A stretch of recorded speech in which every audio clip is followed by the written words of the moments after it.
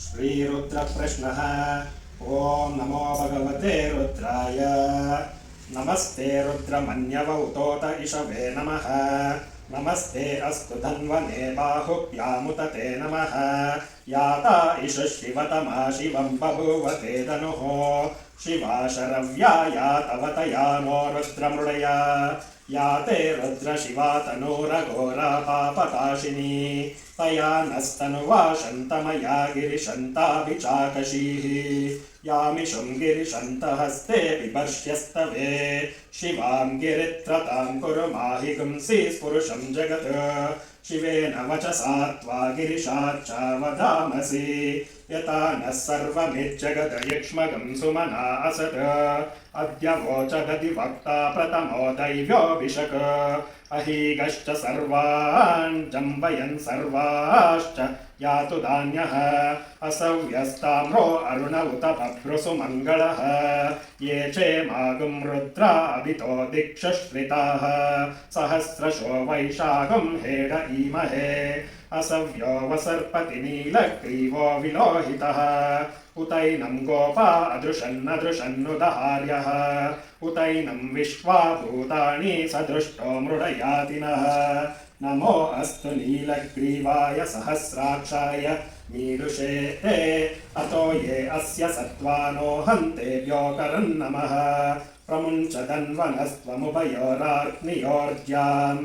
याश्च ते हस्त इषवः पराता भगवो वप। अवतत्यदनुस्त्वगं सहस्राक्षशतेषु ते। निशीर्य शल्यानां मुखा शिवो नः सुमना भव।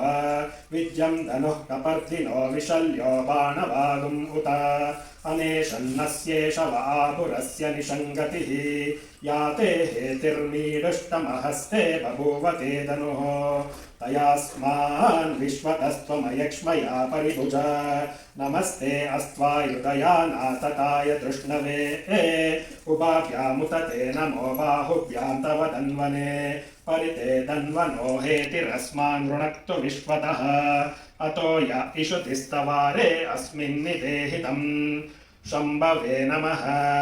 नमस्ते अस्तु भगवन् विश्वेश्वराय महादेवाय त्रयम्बकाय त्रिपुरान्तकाय त्रिकाग्निकालाय कालाग्निरुद्राय नीलकण्ठाय मृत्युञ्जयाय सर्वेश्वराय सदाशिवाय श्रीमन्महादेवाय नमः। नमो हिरण्यबाहवे सेनान्ये दिशां च पतये नमो नमो। वृक्षेभ्यो हरिकेशेभ्यः पशूनां पतये नमो नमः। सस्पिञ्जराय त्रिशीमते पथीनां पतये नमो नमो। बप्लुषाय विव्याधिने नाम्नां पतये नमो नमो। हरिकेशायोपवीतिने पुष्टानां पतये नमो नमो। भवस्य हेत्यै जगतां पतये नमो नमो। रुद्राय तथा विने क्षेत्राणां पतये नमो नमः। सूताय हन्त्याय वनानां पतये नमो नमो। रोहिताय स्तपतये वृक्षाणां पतये नमो नमो। मन्त्रिणे वाणिजाय कक्षाणां पतये नमो नमो। भुवन्तये वारिवस्कृताय औषधीनां पतये नमो नमः। उच्चैर्घोषाय क्रन्दयते पत्तीनां पतये नमो नमः। कृत्स्नवीताय धावते सत्त्वानां पतये नमः। नमः सहमानाय निव्याधिन आव्याधिनीनां पतये नमो नमः। ककुबाय निषङ्गिणे स्तेनानां पतये नमो नमो। निषङ्गिण इषुधिमते तस्कराणां पतये नमो नमो। वञ्चते परिवञ्चते सायोनां पतये नमो नमो। निचेरवे परिचराय रण्यानां पतये नमो नमः। स्कृकाविभ्यो जिगागुंसद्भ्यो मुष्णतां पतये नमो नमो। सिमभ्यो नक्तञ्चरद्भ्यः प्रक्रन्तानां पतये नमो नमः। उष्णीषिणे गिरिचराय कुलुञ्चानां पतये नमो नमः। इषुमद्भ्यो तन्वाविभ्यश्च वो नमो नमः। आतन्वानेभ्यः प्रतिदधानेभ्यश्च वो नमो नमः। आयच्छद्भ्यो विसृजद्भ्यश्च वो नमो नमो। सद्भ्यो विद्यद्भ्यश्च वो नमो नमः। आसीनेभ्यः शयानेभ्यश्च वो नमो नमः। स्वपद्भ्यो जाग्रद्भ्यश्च वो नमो नमः। स्तिष्ठद्भ्यो दावद्भ्यश्च वो नमो नमः। सभाभ्यः सभापतिभ्यश्च वो नमो नमो। अश्वेभ्यो अश्वपतिभ्यश्च वो नमः।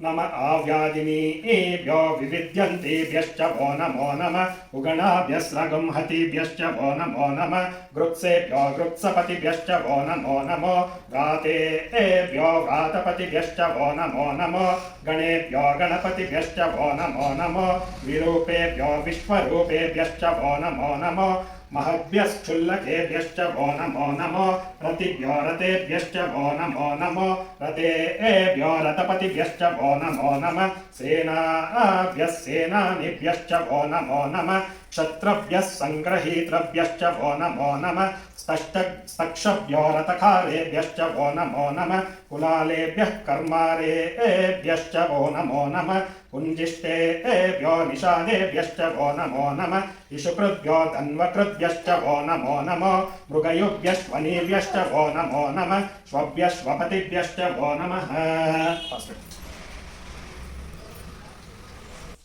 नमो भवाय च रुद्राय च नमः शर्वाय च पशुपतये च नमो नीलग्रीवाय च शितिकण्ठाय च नमः कपर्दिने च व्युक्तकेशाय च नमः सहस्राक्षाय च शतधन्वने च नमो गिरिशाय च शितिविष्टाय च नमो मीरुष्टमाय चेषुमते च नमो ह्रस्वाय च वामनाय च नमो बृहते च वर्षीयसे च नमो वृद्धाय च संवृद्वने च नमो अग्र्याय च प्रथमाय च नमः आशवे चाजीराय च नमः शीघ्र्याय च शीघ्र्याय च नमः ऊर्ण्याय च वस्वन्याय च नमः स्रोतस्याय च द्वीप्याय च नमो ज्येष्ठाय च कनिष्ठाय च नमः पूर्वजाय च परजाय च नमो मध्यमाय चापगल्फाय च नमो जगन्याय च बुद्न्याय च नमः सौभ्याय च प्रतिसर्याय च नमो याम्याय च क्षेम्याय च नमः पूर्वर्याय च खल्याय च नमः श्लोक्याय च वसान्याय च नमो वन्याय च कक्ष्याय च नमः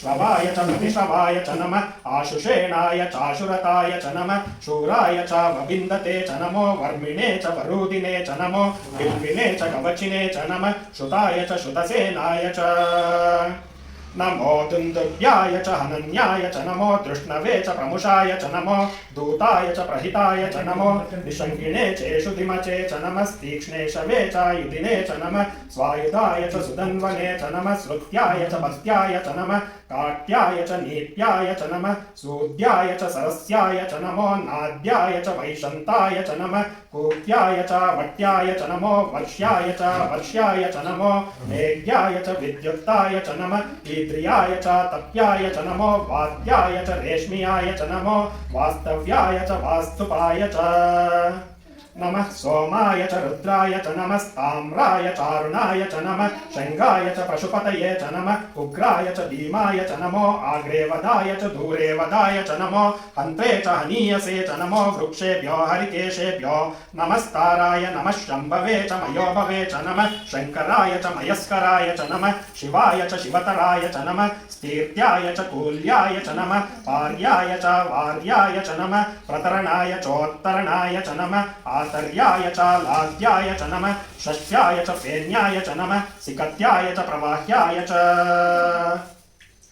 नमः हिरण्याय च प्रपत्याय च नमः किगंशिलाय च क्षयणाय च नमः कपर्दिने च पुलस्तये च नमो गोष्ठ्याय च गृह्याय च नमः तल्फ्याय च गेह्याय च नमः काट्याय च गह्वरेष्टाय च नमो हृदयाय च निवेश्याय च नमः पागंसव्याय च रजस्याय च नमः शुष्याय च हरित्याय च नमो लोप्याय चोल्लप्याय च नमः ऊर्ण्याय च सूर्ण्याय च नमः पर्ण्याय च पर्णशद्याय च नमो पगुरमाणाय च विघ्नते च नमः आकिद्दते च पक्किद्दते च नमो किरिकेभ्यो देवानागुं हृदयेभ्यो नमो विक्षीणकेभ्यो देवानागुं हृदयेभ्यो नमो विचिन्वत्केभ्यो देवानागुं हृदयेभ्यो नम आनिर्हतेभ्यो देवानागुं हृदयेभ्यो नम आमीवत्केभ्यो देवानागुं हृदयेभ्यः द्रावे अन्धसस्पते दरिद्रन्नीललोहिता येषां पुरुषाणामेषां पशूनामावेर्मा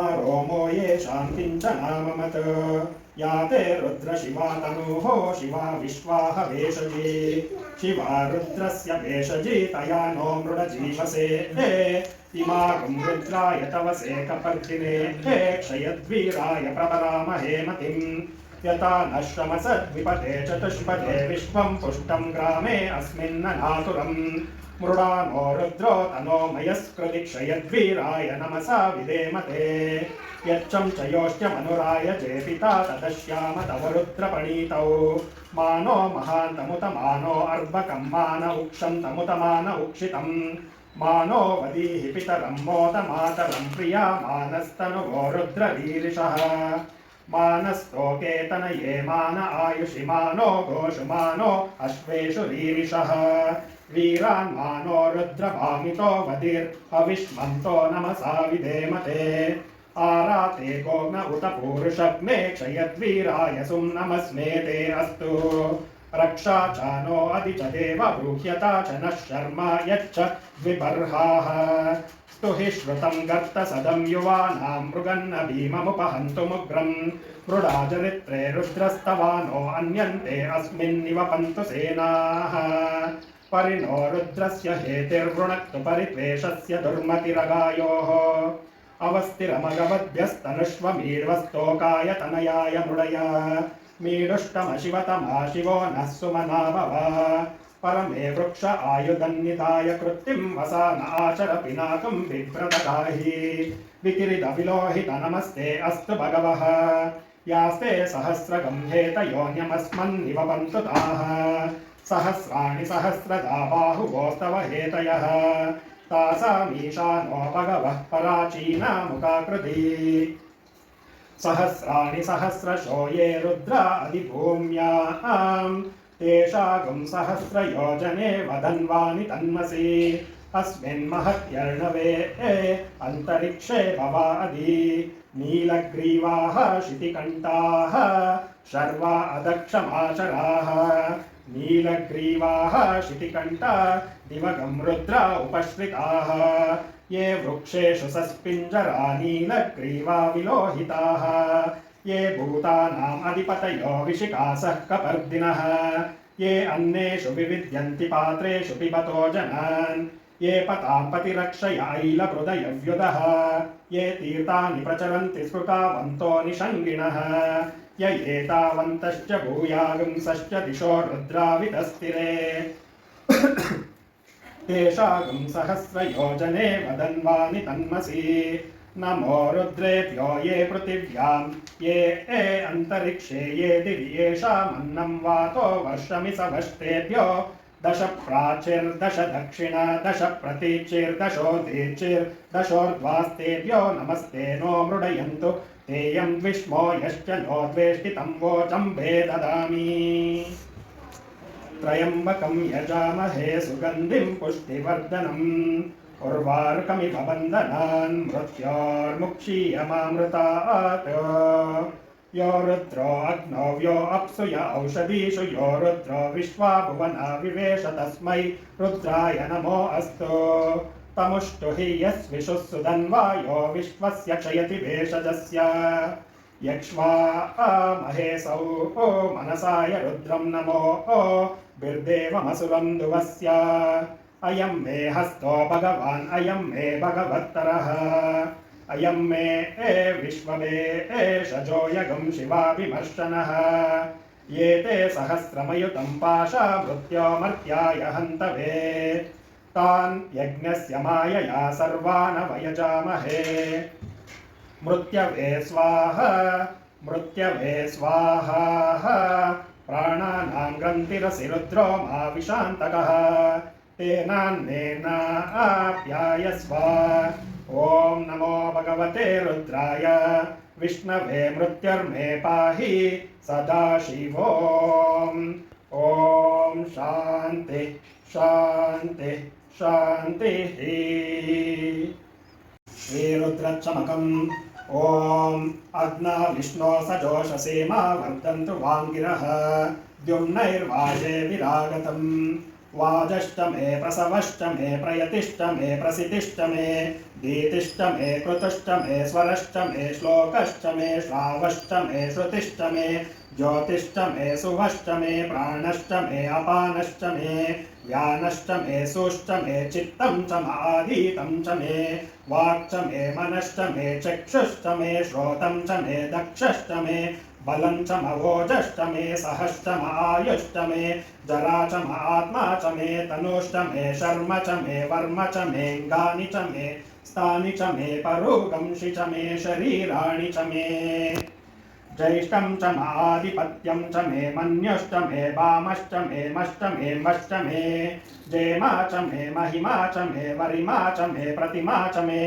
वर्ष्मा च मे द्रागुया च मे वृद्धं च मे वृद्धिश्च मे सत्यं च मे श्रद्धा च मे जगच्च मे धनं च मे वशश्च मे त्विषिश्च मे क्रीडा च मे मोदश्च मे जातं च मे जनिष्यमाणं च मे सूक्तं च मे सुकृतं च मे वित्तं च मे वेद्यं च मे भूतं च मे भविष्यच्च मे सुखं च मे सुपतं च मरुद्धं च मरुद्धिश्च मे क्लुप्तं च मे क्लुप्तिश्च मे मतिश्च मे सुमतिश्च मे शञ्च मे मयश्च मे प्रियञ्च मे नुकामश्च मे कामश्च मे सौमनश्च मे भद्रं च मे श्रेयश्च मे वस्यश्च मे यशश्च मे भगश्च मे द्रविणं च मे यन्ता च मे दर्ता च मे क्षेमश्च मे धृतिश्च मे विश्वं च मे महश्च मे संविच्च मे ज्ञात्रं च मे सूश्च मे प्रसूश्च मे सीरं च मे लयश्च मरुतं च मे अमृतं च मे यक्ष्मं च मे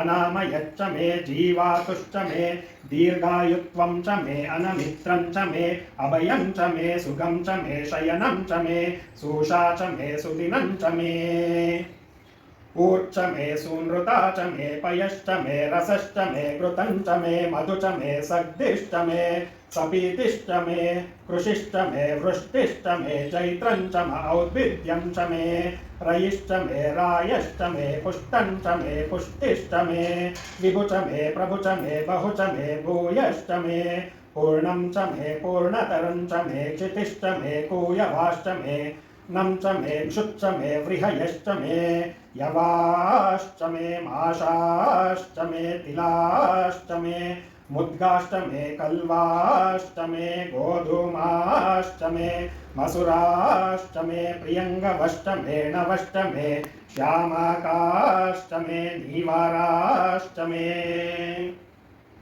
अश्मा च मे मृत्तिका च मे गिरयश्च मे पर्वताश्च मे सिकताश्च मे वनस्पतयश्च मे हिरण्यं च मे यश्च मे सीसं च मे त्रपुश्च मे श्यामं च मे लोहं च मे अग्निश्च आपश्च मे वीरुधश्च औषधयश्च मे कृष्टपत्यं च मे कृष्टपत्यं च मे ग्राम्यश्च मे पशव आरण्यश्च यज्ञेन कल्पन्तां वित्तं च मे वित्तिश्च मे भूतं च मे भूतिश्च मे वसु च मे वसतिश्च मे कर्म च मे शक्तिश्च मे अर्थश्च मयेमश्च इतिश्च मे गतिश्च मे अग्निश्च म इन्द्रश्च मे सोमश्च म इन्द्रश्च मे सविता च म इन्द्रश्च मे सरस्वती च म इन्द्रश्च मे पूषा च म इन्द्रश्च मे बृहस्पतिश्च म इन्द्रश्च मे मित्रश्च म इन्द्रश्च मे वरुणश्च म इन्द्रश्च मे त्वष्टा च म इन्द्रश्च मे दाता च म इन्द्रश्च मे विष्णुश्च म इन्द्रश्च मे अश्विनौ च म इन्द्रश्च मे मरुतश्च म इन्द्रश्च मे विश्वे च मे देवा इन्द्रश्च मे पृथिवी च म इन्द्रश्च मे अन्तरिक्षं च म इन्द्रश्च मे द्यौश्च म इन्द्रश्च मे दिशश्च म इन्द्रश्च मे मोदा च म इन्द्रश्च मे प्रजापतिश्च म इन्द्रश्च मे अगुंशुश्च मे रश्मिश्च मेधाभ्यश्च मेधिपतिश्च म उपागुंशुश्च मे तर्यामश्च म ऐन्द्रवायवश्च मे मैत्रावरुणश्च म आश्विनश्च मे प्रतिप्रस्थानश्च मे शुक्रश्च मे मन्ती च म आग्रयणश्च मे वैश्वदेवश्च मे ध्रुवश्च मे वैश्वानरश्च म ऋतुग्रहाश्च मे तिग्राह्याश्च म ऐन्द्राग्नश्च मे वैश्वदेवश्च मे मरुत्वतीयाश्च मे माहेन्द्रश्च म आदित्यश्च मे सावित्रश्च मे सारस्वतश्च मे पौष्णश्च मे पार्थिवतश्च मे हारियोजनश्च मे इत्मश्च मे बर्हिश्च मे वेदिश्च मे दिष्णियाश्च मे सृचश्च मे चमसाश्च मे ग्रावाणश्च मे स्वरवश्च म उपरवाश्च मे दिशवणे च मे द्रोणकलशश्च मे वायव्यानि च मे पूतभृच्च म आदवनीयश्च म आग्नेयेद्रं च मे हविर्दानं च मे गृहाश्च मे सदश्च मे पुरोडाशाश्च मे पचताश्च मे वभृतश्च मे स्वगाकारश्च मे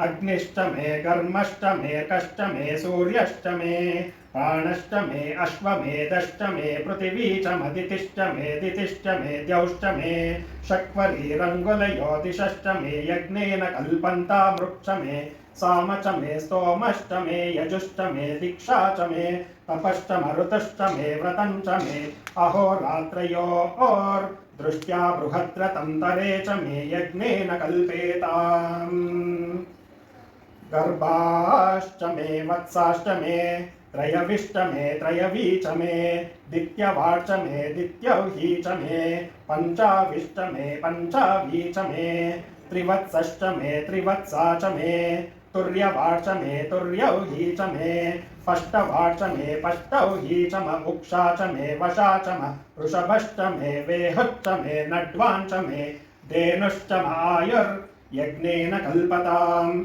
प्राणो यज्ञेन कल्पताम् अपानो यज्ञेन कल्पताम् व्यानो यज्ञेन कल्पताम् चक्षुर्यज्ञेन कल्पताम् श्रोत्रं यज्ञेन कल्पताम् मनो यज्ञेन कल्पताम् वाग् यज्ञेन कल्पताम् आत्मा यज्ञेन कल्पताम् यज्ञो यज्ञेन कल्पताम् एका च मे तिस्रश्च मे पञ्च च मे सप्त च मे नव च मे एकादश च मे त्रयोदश च मे पञ्चदश च मे सप्तदश च मे नवदश च मे एकविंशतिश्च मे त्रयोविंशतिश्च मे पञ्चविंशतिश्च मे सप्तविंशतिश्च मे नवविंशतिश्च मे एकत्रिंशच्च मे त्रयस्त्रिंशच्च मे चतस्रश्च मे अष्टौ च मे द्वादश च मे षोडश च मे विंशतिश्च मे चतुर्विंशतिश्च मे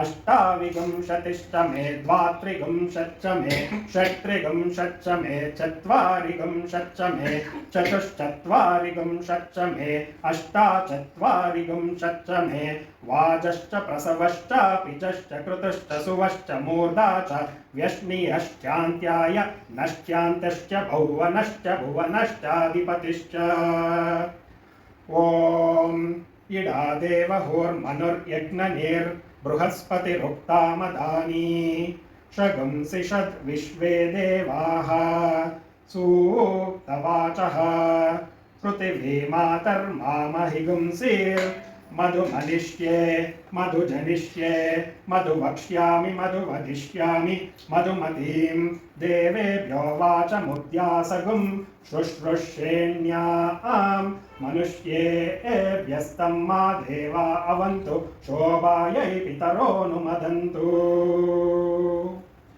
ॐ शान्ति शान्ति शान्तिः इति एकवाररुद्राभिषेकं समर्पयामि।